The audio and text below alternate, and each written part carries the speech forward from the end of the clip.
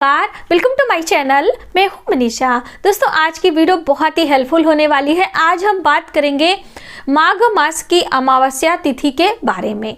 माघ मास की अमावस्या हमें कब मनाना होगा, कौन कौन से शुभ संयोगों में हमें ये अमावस्या तिथि प्राप्त हो रही है। हिंदू मान्यता के अनुसार अमावस्या तिथि पितरों के नाम समर्पित होती है और वहीं पे जो ये माघ मास की अमावस्या होती है, जिसे माघी अमावस्या के नाम से भी जाना जाता है और मौनी अमावस्या के नाम से भी जाना जाता है। तो ये हमें कब मनाना है, जैसे कि बहुत सारे लोगों को कन्फ्यूजन है क्योंकि 2 दिन अमावस्या हमें मिल रही है, 21 जनवरी और 22 जनवरी को। तो कब हमें मनाना बेहद शुभ होगा, हमारे परिवार की सुख समृद्धि के लिए, हमारी जो संतान है उनके उज्जवल भविष्य के लिए, दीर्घायु के लिए हमें क्या क्या करना होता है, कौन से दान पुण्य करने होते हैं, किस देवी देवता की पूजा करनी होती है, कैसे हमें दान करते वक्त किन किन बातों का ध्यान रखना होता है। बहुत सारी महत्वपूर्ण बातें आज की इस वीडियो में हम आपके साथ शेयर करने वाले हैं। तो वीडियो बहुत ही हेल्पफुल और इंटरेस्टिंग होने वाली है, तो इन तक आप बने रहें, जिससे सभी जानकारी प्राप्त करके आप भी मौनी अमावस्या पर कुछ ना कुछ करके अपने जीवन को सार्थक बना सके, अपने आने वाले कष्टों से निजात पा सके। देर न करते हुए वीडियो की शुरुआत करते हैं। सबसे पहले आप सभी को मौनी अमावस्या की हार्दिक शुभकामनाएं। आपके जीवन में ईश्वर देवी देवताओं के साथ में आपके पितरों की भी कृपा आपको प्राप्त हो सके। दोस्तों, इस दिन आपको पवित्र नदियों में स्नान करना चाहिए। जैसे कि माघ का महीना चल रहा है, तो पूरे माघ महीने में स्नान और दान दोनों का ही बहुत बड़ा महत्व है। इसलिए आपके घर के आसपास में जो भी पवित्र नदी, जलाशय कोई भी हो, वहां पे आपको स्नान करना चाहिए। यदि आप प्रयाग नगरी संगम तट पर आकर स्नान कर सकें तो अति उत्तम बताया गया है, क्योंकि माघ महीने में तीर्थराज प्रयाग में स्वर्ग से देवी देवता नदियों में वास करते हैं। संगम तट पर उनका वास माना जाता है, इसलिए वहां पर स्नान और दान की अधिक महत्वता है। यदि आप नहीं कर सकते हैं तो बिल्कुल भी परेशान ना हो। आप जहां भी हैं अपने घर में पवित्र नदियों के जल को अपने स्नान वाले जल में मिलाकर काले तिल डालकर आपको स्नान करने चाहिए। पूरे माघ महीने तिल का बहुत बड़ा महत्व है और अमावस्या तिथि पर तो हम तिल का दान, तिल का सेवन और तिल वाले जल से स्नान करना बेहद शुभ और हमारे लिए बहुत ही फलकारी बताया जाता है। तो आप ये कार्य जरूर करें। इस दिन किस देवी देवता की पूजा करनी होती है, बहुत सारे लोगों के प्रश्न हैं। तो दोस्तों, अमावस्या तिथि वैसे तो पितरों के नाम समर्पित है, तो इस दिन हमें पितरों के निमित्त दान, पुण्य और तर्पण जरूर करना चाहिए, श्राद्ध कर्म करने चाहिए और भगवान विष्णु की पूजा माता लक्ष्मी के साथ करनी चाहिए। कोई भी अमावस्या तिथि हो, उस दिन आपको भगवान विष्णु और माता लक्ष्मी की पूजा अवश्य करनी चाहिए। संध्या के समय दीप दान करना चाहिए। जैसे मैं आपको अक्सर बताती हूँ कि दीप दान का महत्व सूर्यास्त के बाद होता है, तो सूर्यास्त के बाद दीप दान आप जरूर करें और श्राद्ध तर्पण जितना हो सके वो आप करें। और आपने देखा होगा जिन्होंने श्राद्ध तर्पण किया है उसमें भगवान विष्णु के ही मंत्रों का उच्चारण होता है और भगवान विष्णु के निमित्त ही हम पूजा पाठ और पिंडदान करते हैं। तुलसी के पत्ते, सरसों के तेल का दीपक और काले तिल की महत्वता श्राद्ध तर्पण में अधिक होती है। तो यदि आप ये कार्य कर सके तो अति उत्तम है, वरना सूर्यास्त के बाद अपने पितरों के निमित्त आपको एक दीप दान तो अवश्य करना ही होता है, जो कि आगे हम आपको विस्तार पूर्वक बताएंगे। अब हम किस देवी देवता की जो पूजा कर रहे हैं वो कैसे करना है, पूरा दिन हमें कैसे मनाना है और अमावस्या तिथि कब शुरू हो रही है, कब समाप्त हो रही है, पहले यही जान लेते हैं। दोस्तों, अमावस्या तिथि वर्ष 2023 में 21 जनवरी दिन शनिवार सुबह सवेरे 6:17 से हमें प्राप्त हो रही है और अमावस्या तिथि समाप्त हो रही है 22 जनवरी दिन रविवार को दोपहर को 2:22 तक अमावस्या तिथि हमें मिल रही है। तो जो शनिवार की अमावस्या तिथि है, शनिवार के दिन पड़ने के कारण इसका जो अर्थ होता है, इसका जो महत्व होता है वो बहुत अधिक बढ़ जाता है। और माघी अमावस्या तो है ही, मौनी अमावस्या तो इस दिन माना ही जा रहा है। तो 21 तारीख को अमावस्या तिथि का मान्य करना हमारे लिए बेहद शुभ है, क्योंकि ये सूर्योदय से लेकर सूर्यास्त और पूरी रात्रि है, दूसरे दिन 2 बजे तक ही है, इसलिए आप ये करें।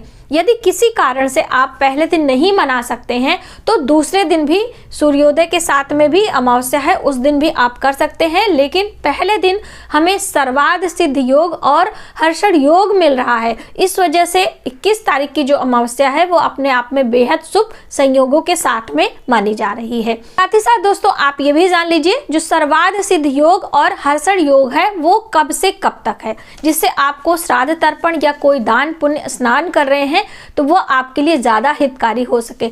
तो सुबह सवेरे आपको जो सर्वार्ध सिद्ध योग मिल रहा है वो सुबह प्रातः काल 6:30 से 7:17 तक सर्वार्ध सिद्ध योग मिल रहा है। वहीं पर जो हर्षण योग है वो 21 जनवरी को सुबह सवेरे 6:17 से दोपहर 2:35 तक रहेगा, 21 जनवरी दिन शनिवार को। इसलिए आप इस दिन अमावस्या तिथि का मान करें, ये हमारे लिए बेहद शुभ होने वाली है।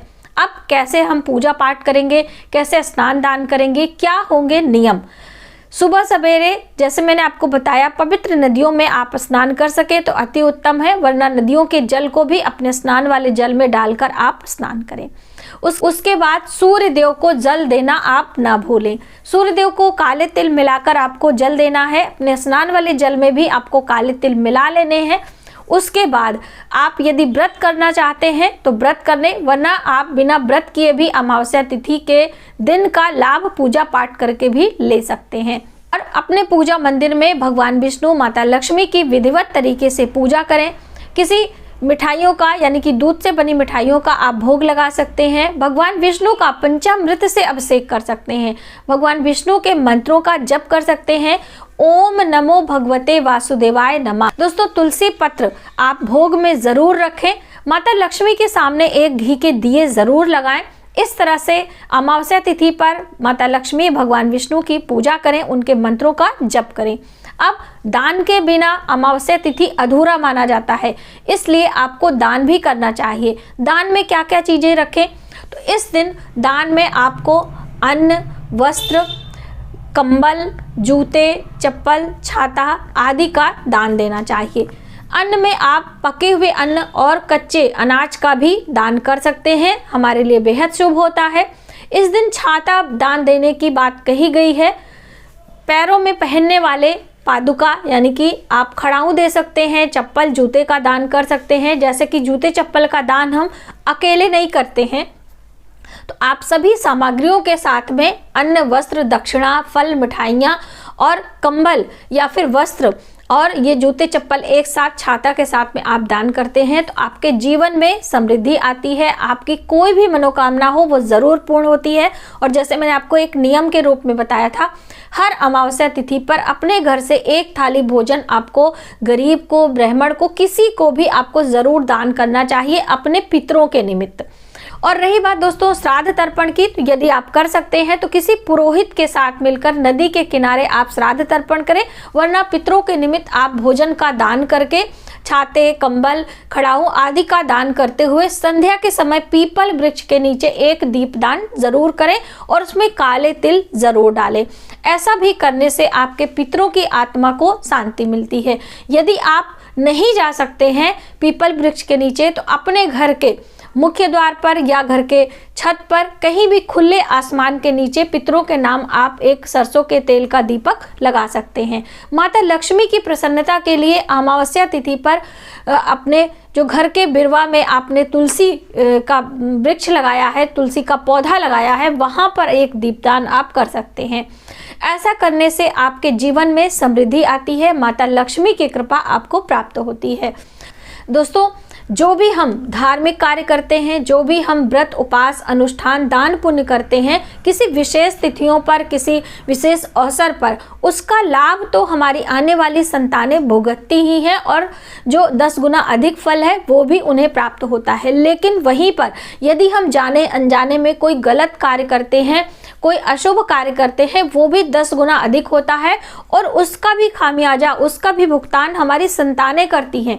इसलिए आपको किसी विशेष शुभ अवसर पर या फिर कभी भी आपको कोई चोरी चुगली निंदा आदि करने से बचना चाहिए। दोस्तों, ये जो छोटे छोटे कार्य होते हैं, शुभ कार्य होते हैं, हमारे जीवन से हमारे कष्टों का निवारण करते हैं और जो हमारा आने वाला जीवन होता है वह सुखमय होता है। यदि आप ज़्यादा मात्रा में दान पुण्य नहीं कर सकते हैं तो आप पशु पक्षी की भी सेवा कर सकते हैं। कहने का अर्थ है आप चींटियों को आटा डालें, आप पंछियों को दाना डालें या फिर मछलियों को आटे से बनी गोलियां भी खिलाकर आप ब्राह्मण भोज आदि का दान कर सकते हैं। वहीं पर आप गऊ को चारा खिला सकते हैं, हरा चारा खिला सकते हैं, हरी घास दे सकते हैं, कुछ भी जो भी आपका बजट हो वो कार्य करके आप अपने जीवन में समृद्धि ला सकते हैं। तो अमावस्या तिथि वर्ष 2023 में 21 जनवरी दिन शनिवार को मनाई जाएगी। शुभ संयोगों के साथ में हमें ये 21 जनवरी की जो अमावस्या है वो मिल रही है। तो आप कुछ ना कुछ जरूर करें। अपने मन में पूर्ण विश्वास करते हुए देवी देवताओं की आराधना और अपने पितरों की सेवा में अपने इस मनुष्य जीवन को जरूर लगाएं। तो आज की वीडियो में बस इतना ही। यदि हमारी जानकारी आपको थोड़ी सी भी हेल्पफुल लगे तो प्लीज़ हमारी वीडियो को ज़्यादा से ज़्यादा लोगों में शेयर करें। न्यू वीडियोस के लिए सब्सक्राइब ज़रूर करें। मिलते हैं एक नई जानकारी के साथ नए वीडियो में। तब तक आप अपना ख्याल रखें। जय माता दी।